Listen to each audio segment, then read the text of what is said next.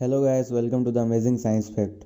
आज हम इस वीडियो में जानेंगे कि आखिर वो कौन सा धर्म था जो सबसे पहले इस दुनिया में आया। तो दोस्तों, इसका आंसर जानने के लिए आप इस वीडियो को पूरा देखें और अगर आप इस चैनल पर नए हैं तो हमें सब्सक्राइब जरूर करें। तो फ्रेंड्स, अब हम चलते हैं इतिहास में हजारों साल पहले, जब होमो सेपियंस ट्राइबल में रहने लगे थे और कुछ दिमागी न्यूट्रिशन के वजह से उनका दिमाग पहले से ज़्यादा तेज चलने लगा। पहली बार कुछ ऐसे बिलीव्स यानी मान्यताओं का जन्म होने लगा जो बाकी की दुनिया के लिए बेवकूफ़ी सी थी। जब भी कुछ ऐसी घटना घटती थी जिसके वजह से सकारात्मक परिणाम निकलते थे, जैसे फॉर एग्जांपल अगर किसी भी ट्राइब मेंबर ने एक सफ़ेद बकरी का पीछा किया और वो बकरे ने उन्हें किसी कीमती रिसोर्सेस या खाने के भंडार तक पहुंचा दिया, तो ट्राइब में सफ़ेद बकरों को मारने में पाबंदी लग जाएगी और उस बकरे को एक शुभ शक्ति के तौर पर माना जाने लगेगा जो जनजाति में खुशहाली लाता है। और वहीं कोई दूसरे ट्राइब के लिए शुभ चीज़ कोई और चीज़ होगी जो उनके कहानियों के हिसाब से उनके ट्राइब के लिए लकी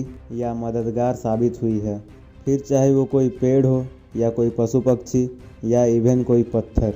और यही सब चीज़ से बनने लगा दुनिया का सबसे पहला, सबसे बेसिक और सिंपल धर्म, जिसे कहा जाता है एनिमिज्म। इस धर्म में कोई भगवान या कोई डमी गॉड्स नहीं होते हैं। इंसान का बस नेचर और उसके किरदारों से वास्ता होता है, क्योंकि वो प्रकृति के गोद में ही तो रह रहे थे। जनजाति यानी ट्राइबलिज्म का भूत इंसान पर अब तक सवार नहीं हुआ था। और देखा जाए तो इंसान आज से थोड़ा ज़्यादा ही समझदार था। वो खुद को स्पेशल और दूसरे जानवरों को तुच्छ नहीं मानता था, बल्कि सबको प्रकृति का ही एक अटूट हिस्सा मानता था। लेकिन फिर जैसे जैसे इंसानी सभ्यता विकसित होने लगी, हम खेती बाड़ी करने लगे, फैमिलीज और ग्रुप में रहने लगे, व्यापार होने लगे, समय में बदलाव होना शुरू हुआ, तो इसी के साथ इंसानी धर्मों में भी बहुत बड़े अपग्रेड्स आए।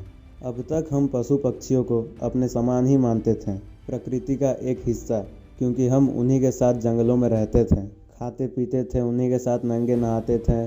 पर एग्रीकल्चर रेवोल्यूशन के बाद इंसान पेड़ पौधों और पशु पक्षियों को अपनी जायदाद समझने लगे और उन पर अपना पूरा हक जमाने लगे, क्योंकि जैसे जैसे सभ्यता आगे बढ़ रही थी, इंसानी सभ्यता के पास बहुत पावर आ गई थी। हम समझदार बनते जा रहे थे और खुद को जंगल में सिविलाइज्ड मानने लगे। बट फ्रेंड्स, फिर भी इंसान ने एक चीज़ बहुत जल्दी पहचान ली। भले ही वो दूसरे जीवों को अपनी जायदाद समझ सकता है, उन्हें कैद करके पिंजरों में नचा सकता है, पर उन पर और उनके भविष्य पर पूरी तरीके से कंट्रोल नहीं जमा सकता है। जैसे फॉर एग्जांपल, कोई जानलेवा बीमारी से उन्हें नहीं बचा सकता है और ये निश्चित नहीं कर सकता था कि उनके बच्चे स्वस्थ पैदा हो। वो ये भी कंट्रोल नहीं कर सकता था कि इस साल खेतीबाड़ी के लिए पर्याप्त बारिश हो और इस साल फसल अच्छी हो पाए।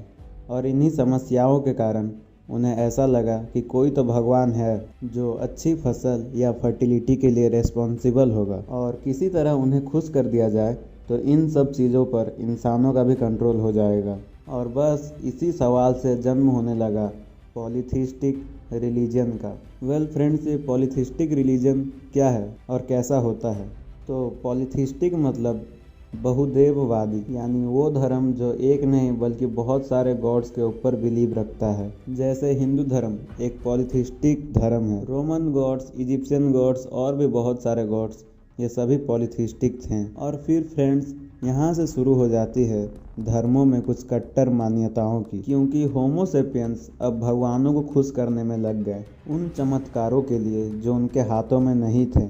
जानवरों को कुर्बान करना ताकि फसल के देवता अच्छी फसल होने के लिए आशीर्वाद देंगे। भरी दोपहर में मोमबत्तियाँ जलाना ताकि वायु देवता इस साल तूफान नहीं लाएंगे। खेतों में जल देवता का मंदिर बनवाना ताकि पानी का अकाल इस साल ना हो। इन सभी मान्यताओं को इंसान भगवान को खुश करने के लिए करने लगा, और इसी के साथ इंसान अजीबोगरीब रस्में और रीति रिवाजों का पालन करने लगा। एक राजा एक ही समय में 50 भेड़ों का सर धड़ से अलग कर देता था ताकि वो अच्छी फसल के लिए देवताओं को खुश कर सकें। एक किसान रात में 10 दिए जलाते थे ताकि वायु देवता उन पर प्रसन्न रहें।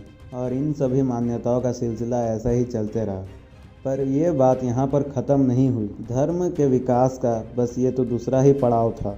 एक बहुत ही बड़ा रेवोल्यूशन धर्म में आने ही वाला था, जो दुनिया भर के लोगों में तहलका मचाने वाला था और लोगों को अपने ही भाई बहन से अलग कर देने वाला था। तो दोस्तों, एक धर्म को आगे बढ़ने के लिए दो चीज़ों की ज़रूरत होती है। एक तो धर्म यूनिवर्सली अपीलिंग हो, यानी वो सभी किस्म के लोगों को एक ही वजूद की तरफ आकर्षित करे, यानी वो अपने ही भगवान को the one and only God होने का दावा ठोकें। और दूसरी सबसे ज़रूरी चीज़ ये है कि वो लोगों को प्रभावित और कन्विंस करें कि वो लोग अपने धर्म को अब अपने बाकी साथियों और बाकी लोगों तक पहुंचाएं और उन्हें भी इस धर्म में शामिल करें। और इस गतिविधि से जन्मे रिलीजन को हम लोग कहते हैं मिशनरी रिलीजन। अब पहले के दोनों धर्म में, एनिमिज्म और पॉलीथिज्म में, ये संभव नहीं था, क्योंकि लोग तो इतने सारे प्राकृतिक शक्तियों में मानते थे, और पॉलीथिज्म में लोग इतने सारे भगवानों को मानते थे और उन्हें और किसी के बारे में कुछ पड़ी ही नहीं थी कि उनके भगवान को कोई माने या ना माने।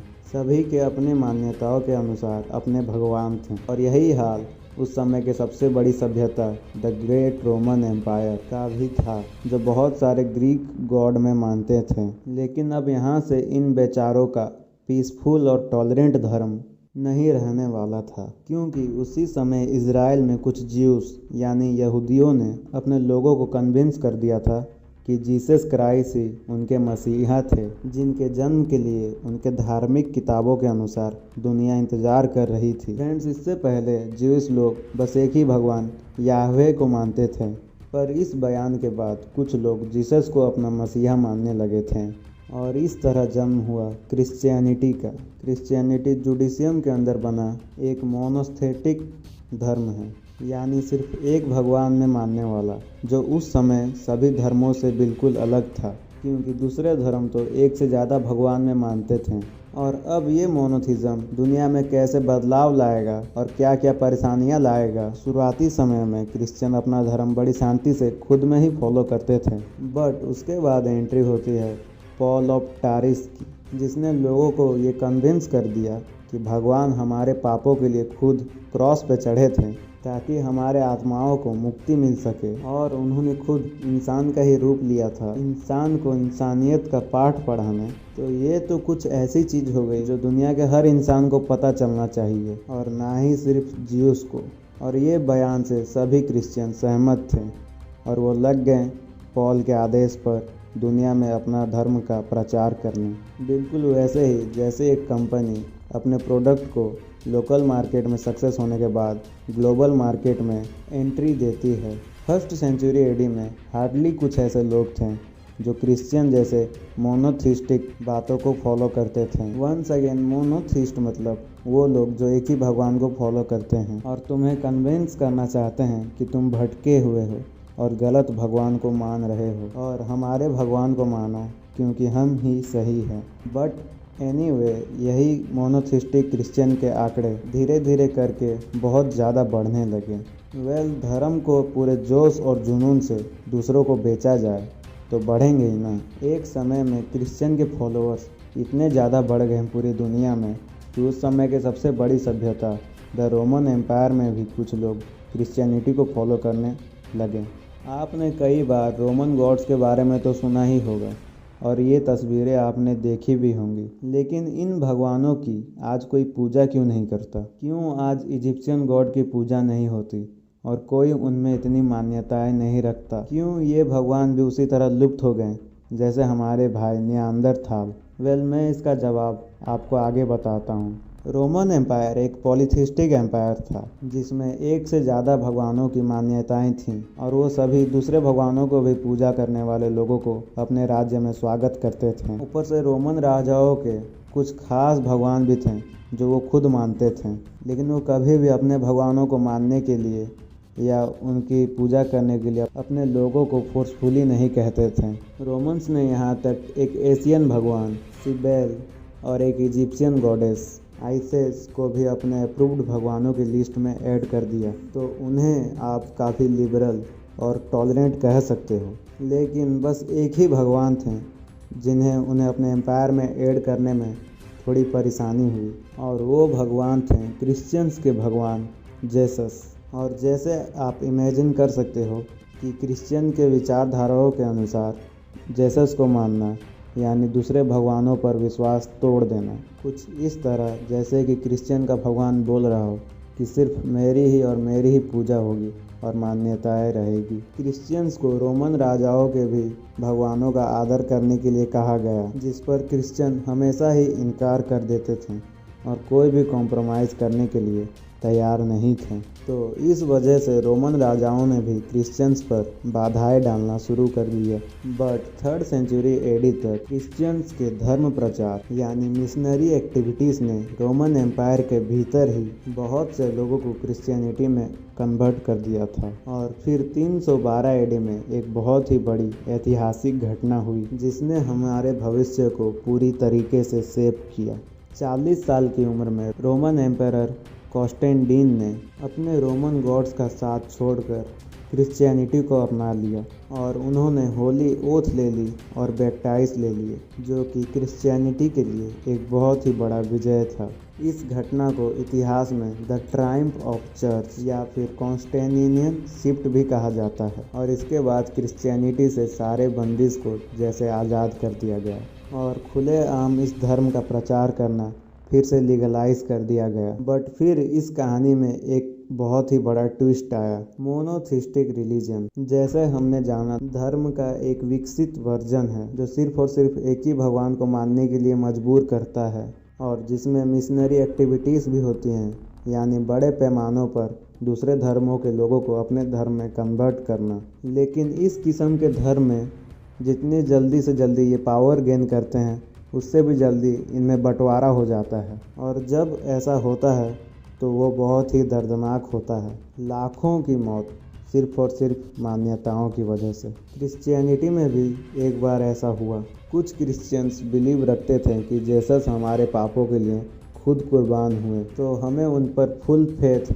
यानी स्ट्रॉन्ग मान्यताएं रखनी चाहिए। लेकिन फिर दूसरा ग्रुप क्रिश्चियंस का ही कहने लगा कि सिर्फ फेथ रखना काफ़ी नहीं है, बल्कि हमें कुछ कायदे और कानून को भी फॉलो करना ज़रूरी है और रेगुलरली चर्च जाना, प्रेयर करना एक्सेट्रा। और ये साइड अपनी इसी मान्यताओं के आधार पर बने द रोमन कैथोलिक्स। लेकिन दूसरा साइड ये कहने लगा कि हमें अगर इतना सब कुछ करने की ज़रूरत है जीसस के जान देने के बाद भी, तो इसका मतलब ये हुआ कि हम अहमियत इंसानों के करतूतों को दे रहे हैं, भगवान के हमसे बेइंतहा प्यार को नहीं, उनका हमारे लिए किया गया निस्वार्थ बलिदान का नहीं। और इसी मान्यता के आधार पर बना क्रिश्चियंस का दूसरा सेट, प्रोटेस्टेंट। और बस फ्रेंड्स, इस छोटे से बंटवारे के चलते 16वें और 17वें शताब्दी में लाखों की संख्या में जाने ली।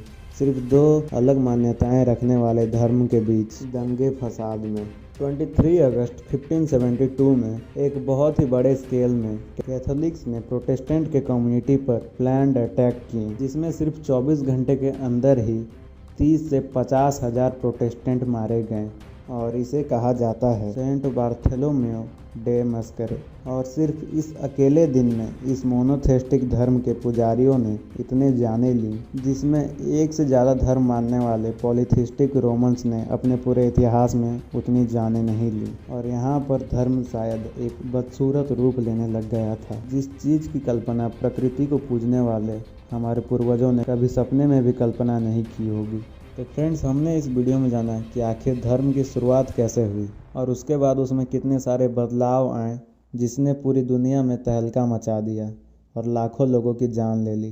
तो फ्रेंड्स, आज की वीडियो में बस इतना ही था। ये वीडियो आपको कैसा लगा हमें कमेंट में अपनी राय ज़रूर दें। और अगर आपको ये वीडियो अच्छा लगा तो वीडियो को लाइक करके अपने दोस्तों के साथ शेयर भी ज़रूर करें। और अगर आप इस चैनल पर नए हैं तो हमारे चैनल को सब्सक्राइब करके बेल नोटिफिकेशन को ज़रूर ऑन कर लें, ताकि हमारे आने वाली वीडियो सबसे पहले आप तक पहुँचे।